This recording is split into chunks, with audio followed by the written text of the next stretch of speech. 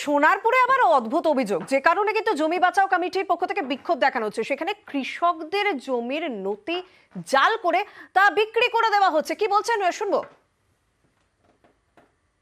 কাগজ এসে যাচ্ছে যে তোমার জমি নেই, বিক্রি হয়ে গেছে। সেই জন্য আমি চাচ্ছি আমার জমি যত না ফিরে পাচ্ছি এরকম লড়াই চলবে। আপনি কি জমি বিক্রি করেছিলেন? না, বিক্রি করিনি। তাহলে বিক্রি হলো কিভাবে? হ্যাঁ, জাল করে বিক্রি করেছে, বেনামি করে আমার নামে দালাল বিক্রি করেছে।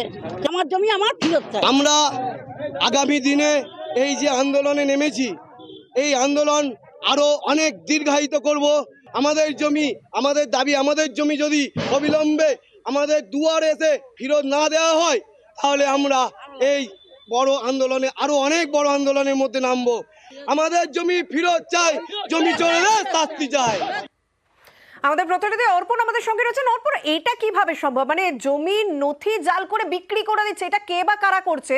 আর এই ঘটনায় তো মানে বড় বড় মাথা থাকার কথা, যদি জমির নথি এভাবেই জাল করে দেওয়া হয়। একদম এইখানেই কৃষকরা প্রশ্ন তুলছেন যে যখন জমি বিক্রি হলো তারা জানেন না, তাদের পরিবারের কারোর সই ছাড়াই, তারা পরিবারের কোনো সদস্য ছাড়াই এক দুটো জমি নয়, এখানে দুটো মৌজার প্রায় 400 কৃষকের জমি এইভাবে বিক্রি হয়ে গেছে। সমস্তটাই সেখানে যে তথ্য সেখানে দাখিল করা হয়েছে, সেখানে দেখা গিয়েছে যারা মৃত তাদেরকেই জীবিত করে সে তাদের ভুয়ো প্যান কার্ড, ভুয়ো নথি জমা করে সেখানে তাদের অন্যের ছবি দিয়ে, সেই ছবি দিয়ে দেওয়ার পরে দলিল হয়ে গেছে। তাদের প্রশ্ন, তারা অভিযোগ করেছিলেন 3 জন গ্রেপ্তার হয়েছিল, তারপরে 3 জন জামিন হয়ে গেল।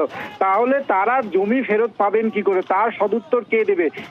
এই কারণেই তাদের এই জমি বাঁচাও কমিটি তারা তৈরি করেছে। সেখান থেকে বিক্ষোভ এবং আগামী দিনে বৃহত্তর আন্দোলনের হুঁশিয়ারি দিয়েছে।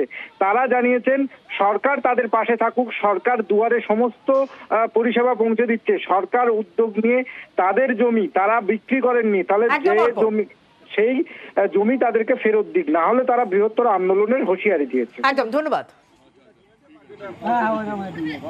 হ্যাঁ বলেন। ধরে নিয়ে গেছিল, পাড়া যারা দুজন করেছিল ওদেরকে ধরে নিয়ে গেছিল,